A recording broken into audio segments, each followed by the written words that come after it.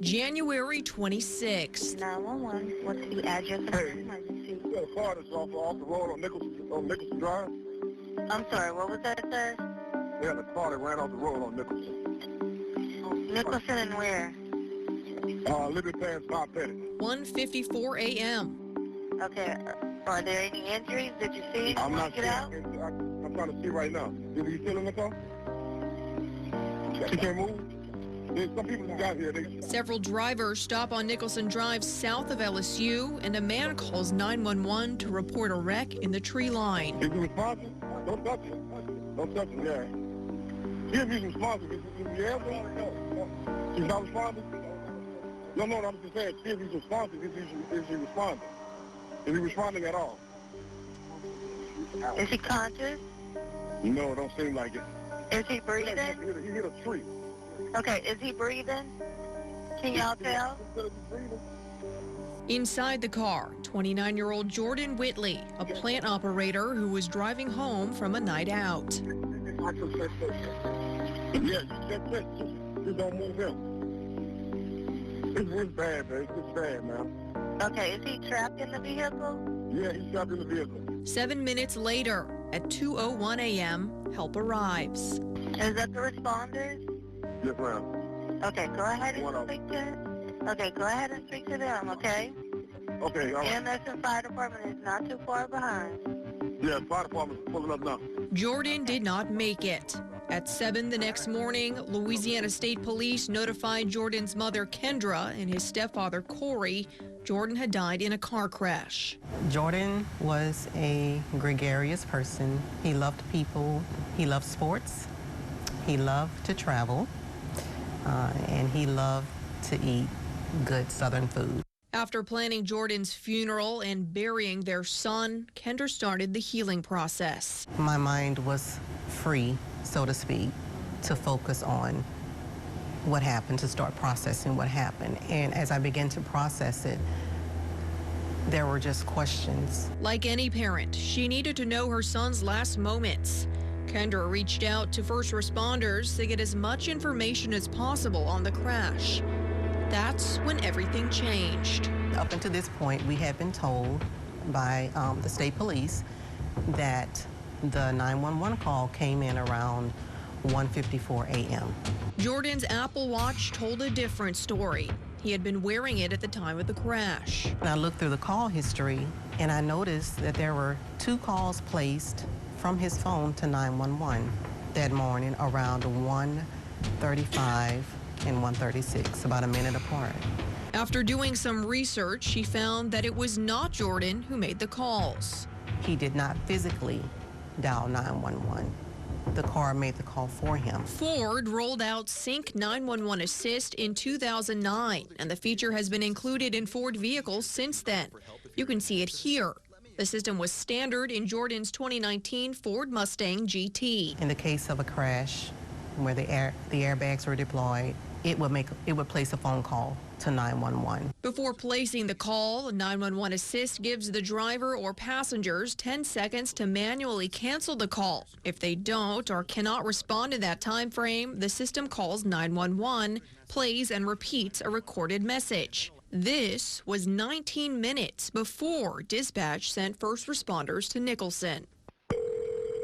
Attention, a crash has occurred in a Ford vehicle. Press 1 at any time for location information, or press 0 at any time to speak with vehicle occupants.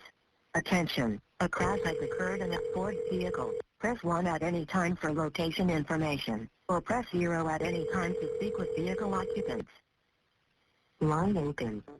911, where's your emergency?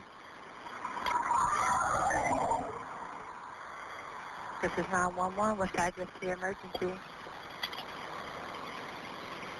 Hello, this is 911. What's the address to your emergency?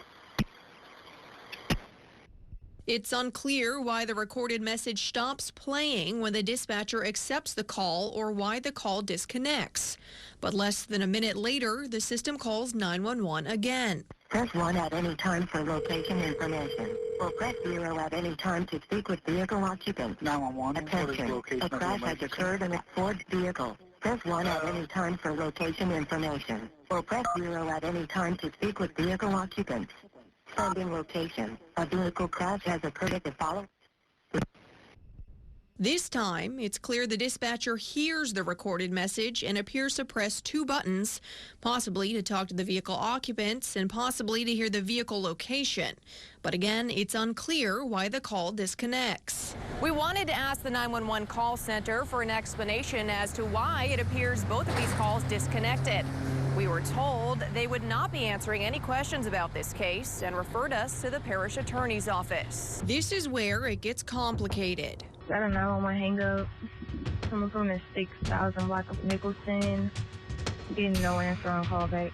According to the East Baton Rouge Sheriff's Office incident report and the activity log, dispatch sent a deputy to investigate a 911 call hang-up on Nicholson at 1:41 a.m.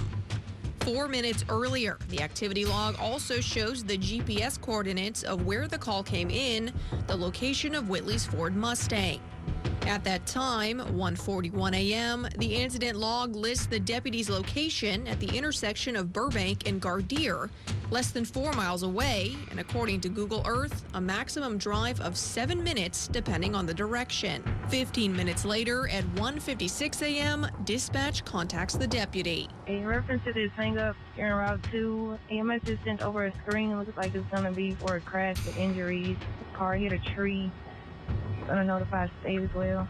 As the deputy continues en route to the crash scene, the Baton Rouge Fire Department sent 3 fire trucks at 1:57 a.m. Is that the sheriff? The sheriff car? Yeah, he's still in there, but it don't look like he's living, man. 2:01 a.m. The sheriff's deputy arrives. And I did not understand why it would have taken 20 minutes to get to the scene of the accident. In a life or death situation like this, every minute matters. Every second matters. Kendra has spent months questioning first responders about the lapse in time. From the reports that I had received from the fire department, from EMS, from state police, that it seemed like there was no response until the 154 call. So she looked back at the system, at her notes in the system, and she says only law enforcement was dispatched for the 136 call. The sheriff's office tells us they were responding to this incident as a 911 hang-up, which according to their policies, quote, is not classified as an emergency call due to the frequency of unfounded cases. They say in the past year, they've received nearly 15,000 911 hang-ups, and only 26 of those calls were actual emergencies. If the person in the accident is not responding to you, maybe it's because they can't. A spokesperson for the sheriff's office also told us the deputy likely had trouble locating the crash scene and had to circle back several times. We wanted to verify that, so the WBRZ investigative unit requested the GPS location information of the unit in order to account for those missing 19 minutes. We were told that the sheriff's office does not track units via GPS. Help really did not arrive until about 30 minutes or so after that initial call.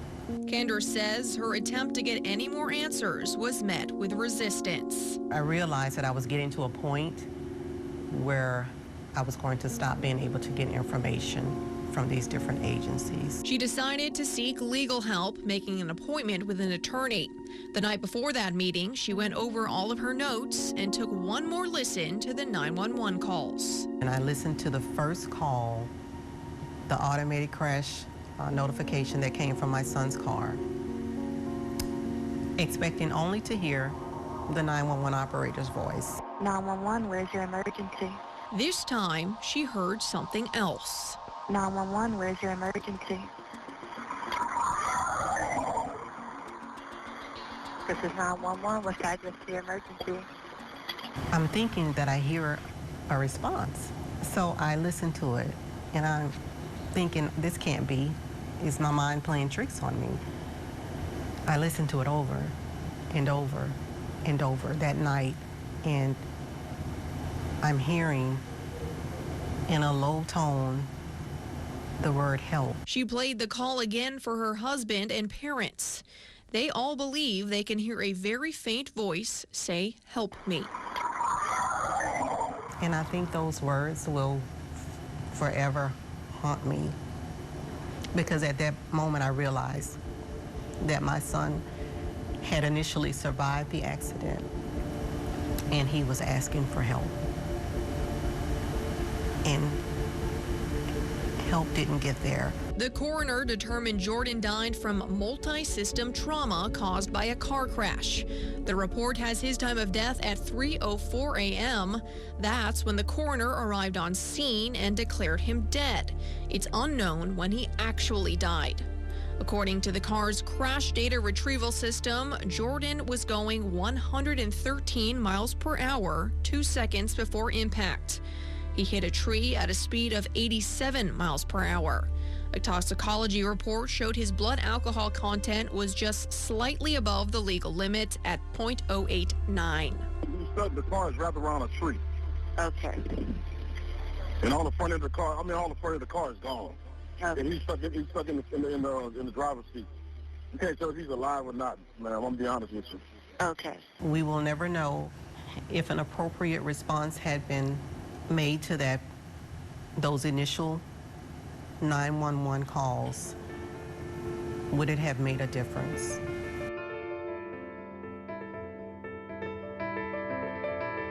Whether Jordan survived the initial impact is a question that will never be answered.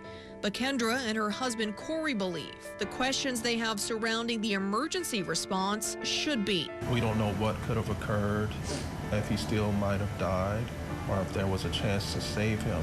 She questions, why did it take 20 minutes for the deputy to arrive at the crash scene? And why did the automated crash recording information not get relayed? And I know that there is nothing that can be done for my son now. But maybe if there's a flaw in the response protocol, maybe it can save someone else's son. Reporting tonight for the WBRZ Investigative Unit, I'm Bess Casserly. Now, again, the 911 call center would not answer any questions regarding this case and referred us to the parish attorney's office. Bess, in fact, reached out 3 times, but so far has not heard back.